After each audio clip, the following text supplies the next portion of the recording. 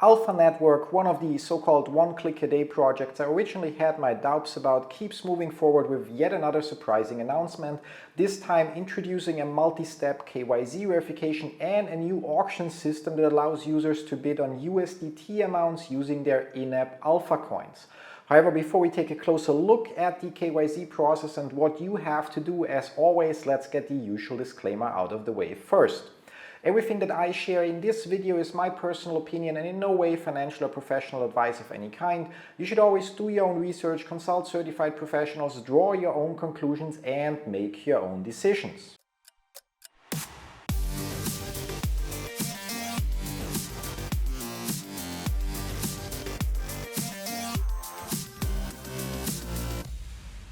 My name is Rauchenwald, and in today's video I'm going to show you the new KYC verification process Alpha Network released just a couple of days ago that is split into multiple steps and required to participate in the new auction feature that I'll cover in a separate video in more detail. So make sure to like, subscribe and enable notifications to not miss that future update as well. I know one can argue about the requirement for KYC in crypto projects, but at the end of the day, at least in my opinion, it is the only reliable way to prevent people from abusing platforms like Alpha Network and gaining more coins by simply creating multiple accounts. And while I do understand that some of you might not agree with the introduction of KYC, today's video is solely about showing you where to find the KYC verification and which steps you'll have to complete.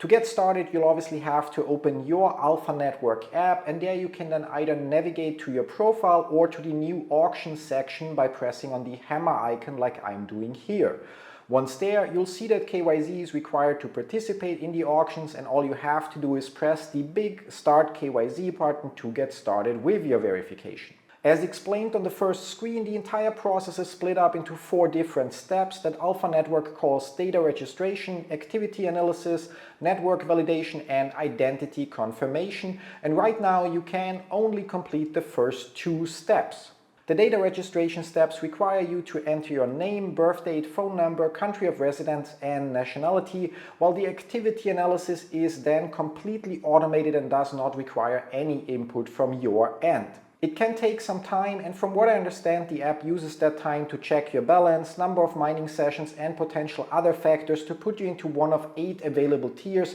that determine which auctions you can participate in the new Alpha Auctions feature. As said before, I'll be sharing more about those tiers and the auction feature itself in a separate video, so again, don't forget to like, subscribe and enable notifications. For the purpose of this video, that's surprisingly it for now, and according to the app, users will be notified once they are able to complete the remaining 2 steps that likely will include verifying the data you entered by providing a government-issued ID through hopefully a third-party provider or a native solution developed by the Alpha Network team. Now, last but not least, I'd like to mention that while I welcome the introduction of KYC to prevent people from gaining unfair advantages over others by using multiple accounts, I believe that it doesn't make much sense to introduce this feature now after more than 80% of the supply have been mined by users already, at least according to the official stats shown in the app, especially considering that Alpha Network supports in-app transfers to other wallets for quite some time now, meaning that any person that used multiple accounts could just transfer the balance from their duplicate accounts to the one account that they'll actually complete KYC on.